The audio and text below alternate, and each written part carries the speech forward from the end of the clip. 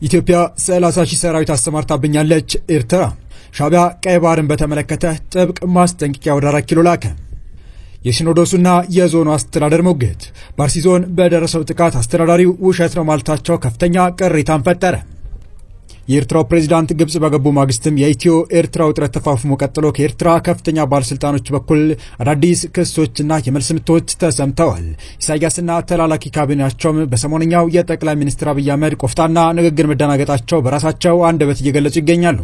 ኢትዮጵያ 30,000 ሰራዊት አሰማርታብኛለች ስትልም ኤርትራ በውጭ ጉዳይ በኩል ገልጻለች። የማስታወቂያ ሚኒስትሩ የማነ ገብረ መስቀልም ለጀነራል ባጫ ዳበሬና ለጠቅላይ ሚኒስትር ንግግር ምላሽ ሰንዝረዋል። በአሁኑ የመረጃ ሰዓታችን ይህንንና ከሰሞኑ በአርሲ ዞን ስለደረሰው ከባድ ጥቃት የተለያዩ ጉዳዮች የተሰሙ ይገኛሉ። የዞኑ አስተዳደር ደግሞ ውሸት ነው ማለታቸው ከፍተኛ ቅሬታ ፈጥሯል። ሲኖዶሱና የተለያዩ ፓርቲዎችም ስለ ጉዳዩ መግለጫ ስለማውጣታቸው አክለን በዝርዝር ልናስደምጣችሁ ወደናል። ሰላም ውድ የሎዴሊ ቤተሰቦች እንደምን አላችሁ? ቻናሉን ሰብስክራይብ፣ ላይክ፣ ሼር ያደርጋችሁ እስከ መረጃዎቻችን ፍጻሜ አብራችሁን ቆዩ።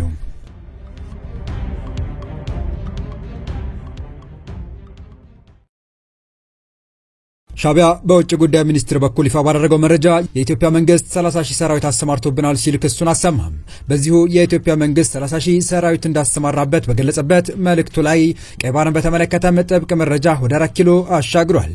የኤርትራ የውጭ ጉዳይ ሚኒስትር በዚህ መግለጫው ባለፉት 2 ዓመታት የብልጽግና ፓርቲ የሚመራው የኢትዮጵያ መንግስት በኤርትራ ላይ ያልተቋረጠ የፕሮፓጋንዳ ዘመቻ ከፍቶብን ያለ ሲሆን ከዚህ ባሻገርም ወታደራዊ ወረራን ያዘለ በቀይ ባህር ሉዓላዊ መዳረሻ እስከ ማለት ደርሷል ብሏል። ይህ የግዴለሽነት ዘመቻ በየቀኑ ሰበር በሚሉ መረጃዎች የታጀበ የጦር መሳሪያ ግዢ ዘገባዎችን ያካተተና በተቀናጀ የሚዲያ ዘመቻ የሚመራ ነው ብሏል። በመግለጫው አከል አድርጎም ይህ ዘመቻ በመንግስት ሚዲያዎች ሳይቀር የሚሰራጭ ነው ያለ ሲሆን እነዚህ ዘመቻዎች የተጋነኑት የኢትዮጵያ የወታደራዊ በላይነት የያዙ ጉዳዮችን የሚያራግቡት ዓለም አቀፍ ህጎችንና መመዘኛዎችን ባልተከተለ መልኩ ነው ብሏል። መግለጫው ሲቀጥልም ዘመቻው እየተራገበ ያለው የባህር በር መዳረሻን በተመለከተ ሰፊ ዲፕሎማሲያዊ ድጋፍ እንዳለ በሚያመለክት ቅዠት ዙሪያ ነው ሲል የከሰሰው። የኤርትራ የውጭ ጉዳይ ሚኒስቴር ከዚህ ጸረ ኤርትራ ዘመቻ ጀርባ ያለው ማነው ሲል ጥያቄ አስከትሎ ሁሉም የብልጽግና ፓርቲ ክፍሎችና በየርከኑ ያሉ የፓርቲው አባላት፣ ወታደራዊ ክፍሉና የተለያዩ የሚዲያ አክቲቪስቶች ሁሉም በዚህ የሚዲያ ዘመቻ ተሳታፊ ናቸው ሲል ለራሱ ጥያቄ ራሱ ምላሽ ሰጥቷል።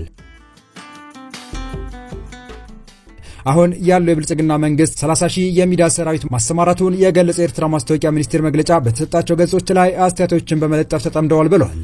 ይህንንም የተለያዩ ሪፖርቶች አመልክቷል ሲልም ገልጿል። ሲያጠቃልልም ምንም እንኳን ዘመቻው በአራቱም አቅጣጫ ቢከፈትም ውጤታማ ግን አይደለም ሲል የኤርትራ ውጭ ጉዳይ ሚኒስቴር ገልጿል። ሻዕቢያ ኢትዮጵያ የሚዲያ ዘመቻ እያደረገች ነው ሲል በከሰሰበት መግለጫው በዚህም ታሪክና ትርክትን እያዛባ ነው በማለት ወንጅላለች። በኢትዮጵያ በኩል ግን እስካሁን በቀጥታም ይሁን በተዘዋዋሪ ለኤርትራ ክስ የተሰጠ ምላሽ እና ማስተባበያ የለም። ይህ በእንዲህ እንዳለም በቀይ ባህር ጉዳይ ከፍተኛ ውጥረት ውስጥ የሚገኙት ኢትዮጵያና ኤርትራ የቃላት ጦርነታቸው የቀጠለ ሲሆን አሁንም በኤርትራ በኩል ሌላ ትችት ተሰምቷል። የብልጽግና ከፍተኛ ባለስልጣናት ከባድ የታሪክ መታወክ በሽታ እንደያዛቸው ይታያል ሲሉ የኤርትራ ማስታወቂያ ሚኒስትር የማነ ገብረ መስቀል በኤክስ ገጻቸው ላይ አስፍረዋል። የማነ ይህንን ጽሑፍ በይፋዊ ገጻቸው ላይ ያሰፈሩ ሲሆን ይህም ለጠቅላይ ሚኒስትር አብይ ቀይ ባህርን እንዴት እንዳጣን ማስረጃ የለም ለሚለው ንግግር ምላሽ እንደሆነም እየተነገረ ይገኛል። በዚህ ሳምንት ለተወካዮች ምክር ቤት እንግዳና አስቂኝ በሆነ ገለጻ የብልጽግና መሪ በአዲስ አበባ ውስጥ ያለውን እያንዳንዱ መዝገብ የጠቅላይ ሚኒስትሩ ቢሮ፣ የውጭ ጉዳይ ሚኒስቴርን፣ የካቢኔ ጉባኤዎችንና የፓርላማ መዝገቦችን ፈትሸው እንደነበረ ቢናገሩም ኢትዮጵያ ቀይ ባህርን እንዴት እንዳጣች ምንም አይነት ይፋዊ መዝገብ ወይም ተቋማዊ ውሳኔ አላገኘንም ብሏል ሲል ነው የማነ ጽሑፍ የሚጀምረው። ይህ አቅም የሚያሳጣ በሽታ በጅምሩ ወይም በመጀመሪያ ደረጃ ላይ እንደሚገኝ ተስፋ እናደርጋለን ያሉት የማነ ሲቀጥሉም በእርግጥ ከ7 ዓመታት በፊት ሐምሌ 9 ቀን 2018ና በወቅቱ የውጭ ጉዳይ ሚኒስቴርና አሁን የኢጋድ ዋና ጸሐፊን ጨምሮ በግዛታቸው ከፍተኛ ባለስልጣናት ታጅበው በአስመራ በኤርትራና በኢትዮጵያ መካከል የሰላምና የወዳጅነት የጋራ መግለጫ ፈርመዋል ብለዋል።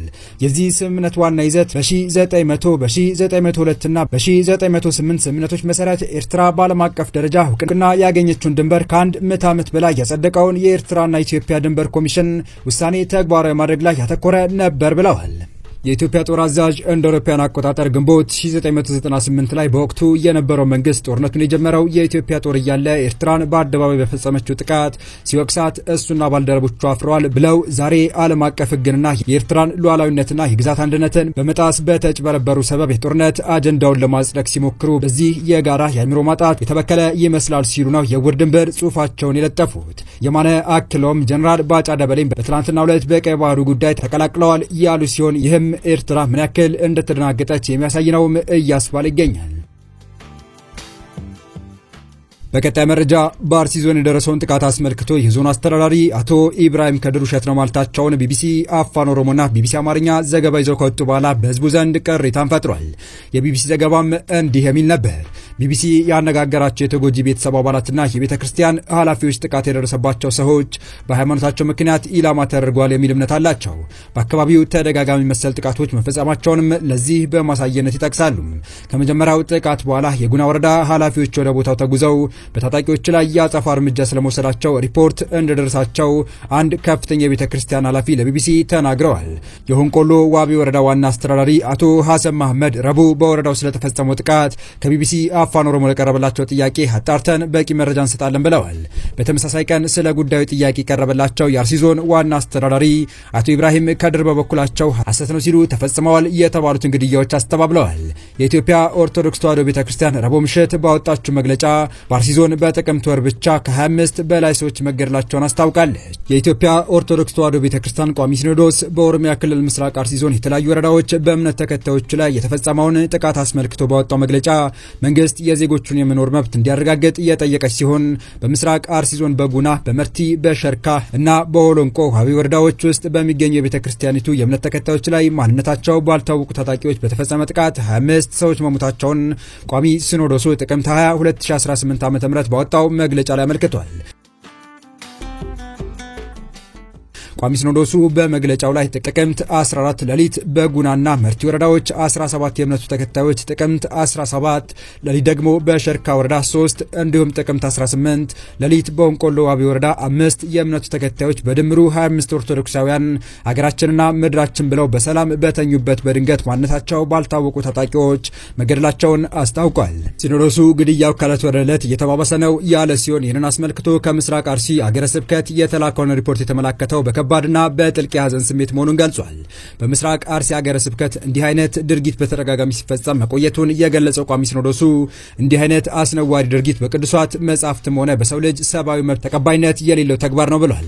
በእምነቱ ተከታዮች ላይ የተፈጸመው ግድያ በነጻነት የማምለክ ሕገ መንግስታዊ መብትን የሚጋፋ ተከባብሮና ተቻችሎ የመኖር መንፈሳዊ እሴትን የሚያጠፋ ክብረነክና ሊወገዝ የሚገባው ስነ ምግባራዊ ድርጊት ሲል ጠርቶታል።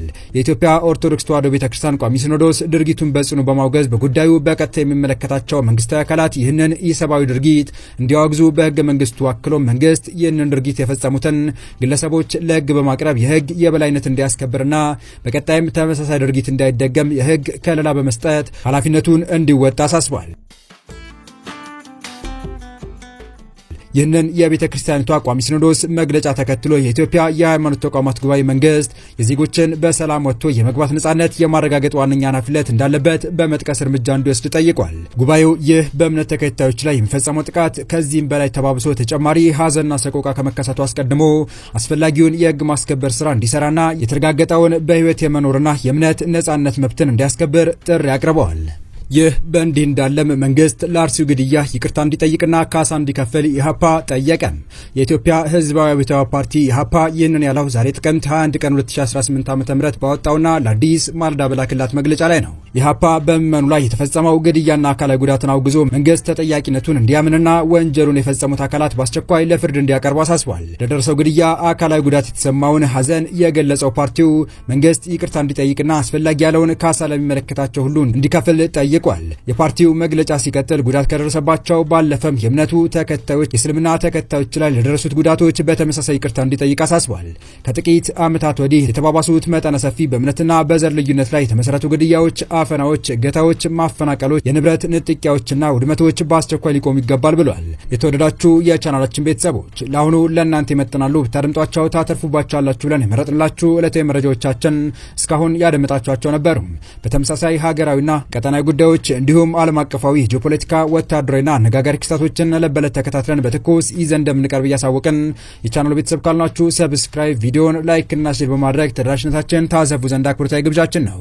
አበቃን። ሰናይ ጊዜን ተመኘን።